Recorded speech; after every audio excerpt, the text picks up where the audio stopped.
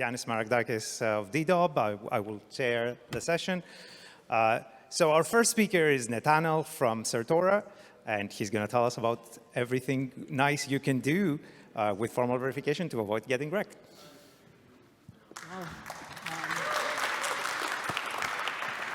Well, thank you very much for the presentation. So actually, the title of my talk is much more modest. It's just improving the security of DeFi MET libraries, easy spec for preventing. You need easy specs for preventing complex bugs.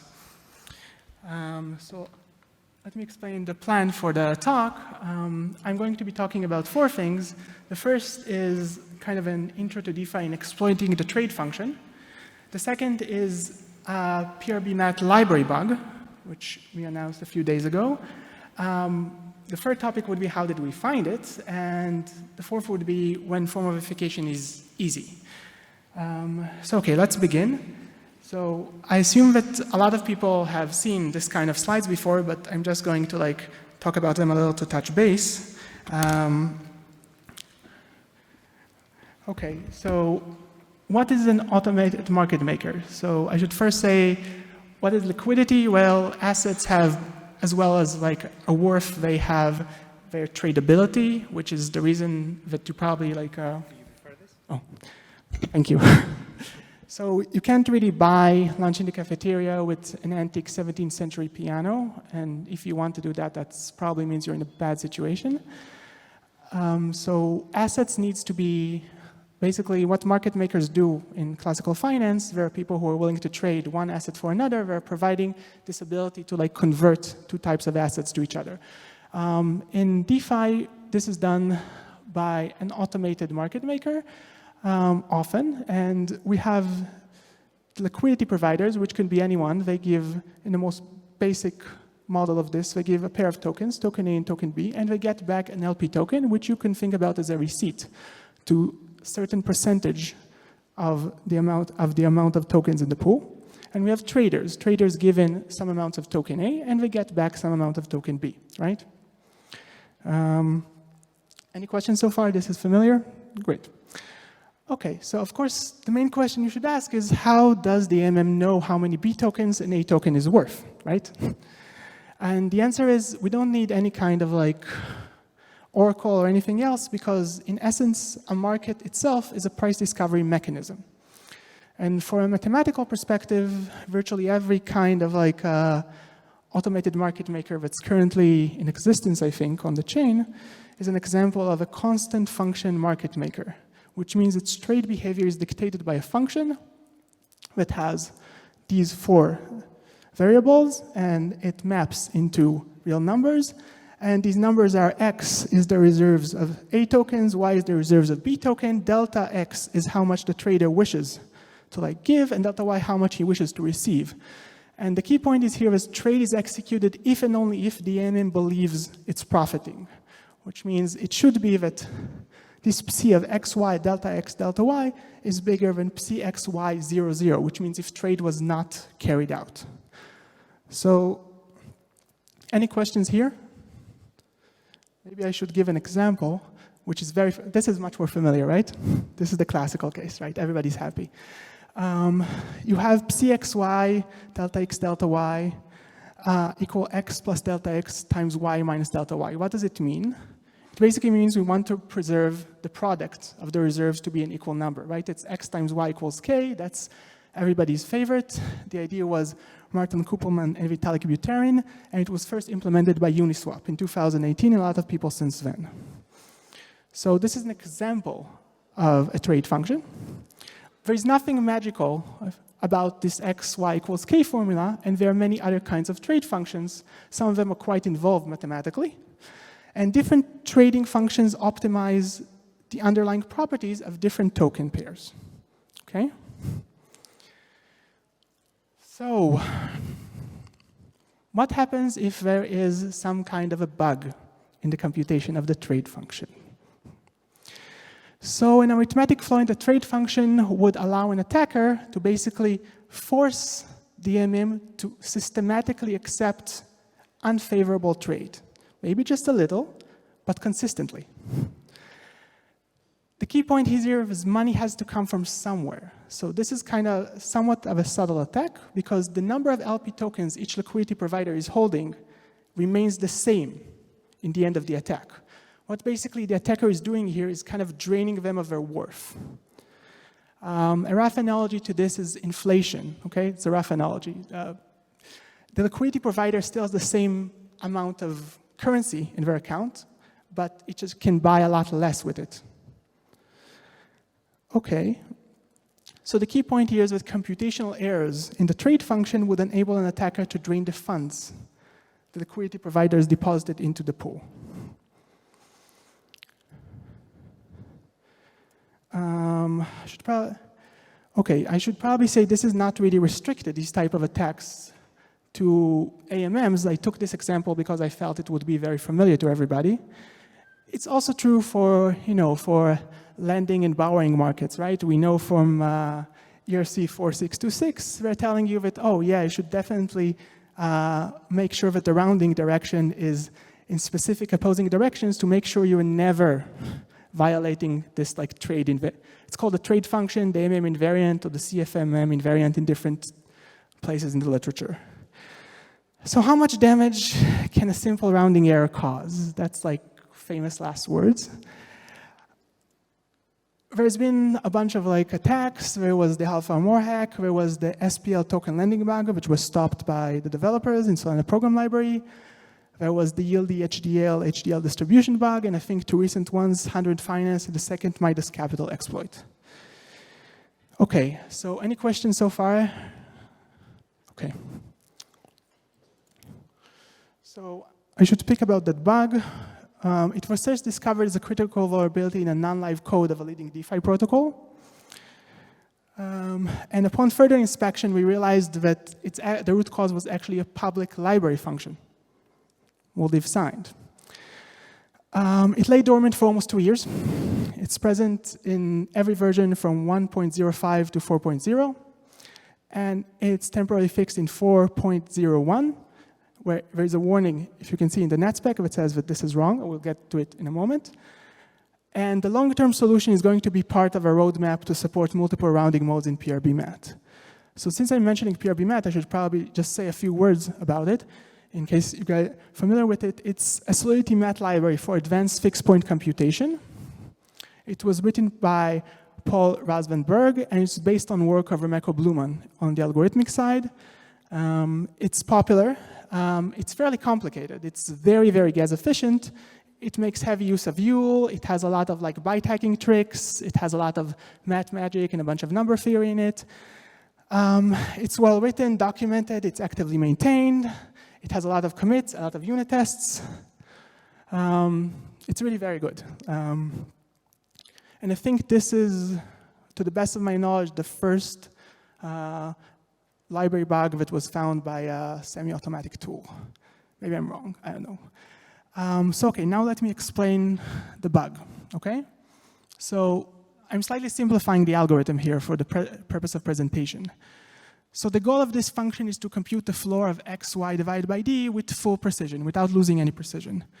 So you separate the signs and the absolute values. That's the first. And then you compute the absolute value by you basically reduce to the unsigned case by calling moldiv, which is a function that computes the floor of x, y divided by d on the absolute values. And then you compute the overall sign by taking XOR on these signs. So to give an example, you take xy equals minus 20, minus 30, and 7. So you get 20, 30, and 7, 1, 1, 0. And the absolute result is floor of 85.714, it's 85. You compute the overall sign, and you get the right result. The problem is the second step is logically wrong. When the absolute value is smaller than 0, rounding, taking a minus of floor is zero. As an example, if you take minus 180, 114, you will see that like the absolute value is 12, and what you get is minus 12, but if you compute the right number, it would be minus 13. So for example, it's possible you should have gotten 0 and you would return minus 1. Okay, that's the bug. And it's in, how did we find it? Okay. So formal verification process. What is formal verification? Well, very roughly speaking, you have a bunch of invariants, and you have a bunch of code, and you put it into a big machine called a Sator prover, and it throws out either a proof that every behavior is correct to the spec, a timeout over the behavior violates the invariant. This is not a fuzzer. Basically, you convert the entire code into a bunch of logic equations, and you try to prove that the behavior is correct. Like try to prove basically a theorem. I should probably say any questions so far? OK. So the other point that I want to make here is that basically spec writing in general is hard work, OK? And therefore, it's kind of expensive. This is like security researchers, they have to do their work perched on a pile of gold. It's just a fact. They do their best work this way. But this is not always true. Encoding integer equations is really easy. And for arithmetic libraries, basically, this formal specifications just write themselves. Okay, here's the example of this is the entire spec that detected this bug. It's basically automatic. The only thing that you're seeing here is basically I call muldiv signed compute in code. I compute the code result. I compute the result in logic. And I ask are they the same. The only thing that I need to write is this thing. Now, this looks like solidity, feels like solidity. It's not solidity. We worked really hard to make it look like solidity. This is SMT, basically. Okay? What you're seeing to mat int are unbounded integers. They're not uint 256. They represent the logical numbers in Z. Okay? They represent arithmetic integers. Okay, and the other thing is when you run on this type of arithmetic libraries, you also get really nice counterexamples. Like the counterexample I gave basically just came directly from the prover. Just spit out this counterexample. So you get X, Y, and D, and you can just put this thing into Remix, for example, and just check where things go wrong. So yeah, this is actually all the spec you need to detect this problem. You don't need anything else. And you don't need even access, really, to the prover.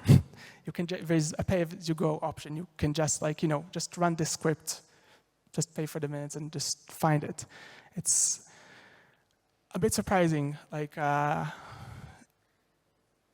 this is found by such an easy spec. We were surprised. Math libraries are the foundation, basically, of DeFi, but they're not easy to get right. I think that's maybe the takeaway. These are things that auditors usually don't like looking at. I didn't include here the code of how the entire computation looks like, but it looks, there is a lot of low-level stuff. There is a whole bunch of number theory. It's easy to get lost and to miss that the point is the entire logic is actually incorrect. So writing specification helps ensure that nothing slips between the cracks. So this is a very, very, very well-written library. It has unit tests, it has everything, but because if you make, often you do frequent commits, but sometimes you refactor a function and you forget to put some kind of a unit test to that specific function, that is the function that you find a bug in. So I think even just the process of touching base and checking in the end, writing a formal specification of what everything in the program is supposed to do sometimes can find bugs, even without any automatic tool. And the other interesting part is, I think, the specification really easy to write. I should say that this bug is very common. It could have probably been found by a fuzzer, easily.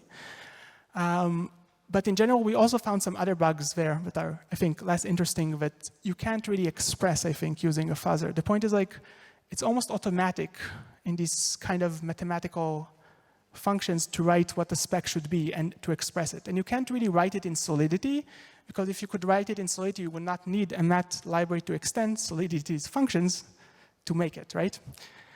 Again, I think the conclusion is, in retrospect, kind of obvious. So if you have mathematics or economy, this kind of core parts that just do computations, and in formal verification, that's a really good match. You have some function, you don't know what it does, you just throw it into the prover, and it either tells you if it works or it doesn't. It makes sense, I think, a lot of sense in this case, to utilize semi-automatic tools for increasing security. Okay, thank you. Questions?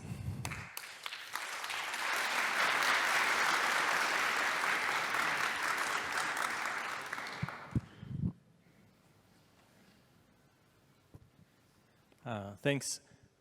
Silly question. How did you come to the idea that rounding down for negatives means pushing further away from zero, not closer to zero? I think that's kind of in the first place that defines the difference between the two approaches, that you at some point decide that you have to make the number more into negative rather than closer to zero. So thank you for the question. So the mathematical definition of floor has like floor and seal have a well-defined mathematical function. They're basically very rounding towards minus infinity. I mean, the definition that appeared in the NAT spec was you need to round down. Okay, what basically was changed in version 4.01 is the observation that like it actually does not round down because the MOLDIV is based on the algorithm that Remco Blumen wrote, which takes floor, but basically rounds towards zero because it is in unsigned numbers. And when you modify it and you want to keep it efficient, then you make it like in signed numbers. But then basically what you notice, it no longer gives you like floor. It gives you basically rounding towards zero, which is not always what you want. For example, if you're raising it to some kind of a monotone function in a trading function, etc., then it gives you the wrong result. You're going to lose money from it. I mean, I don't know if it answered your question. I mean, the definition of floor is like rounding towards minus infinity. Definition of seal is rounding towards plus infinity. I mean, that's the mathematical definition. Maybe I did not understand your question.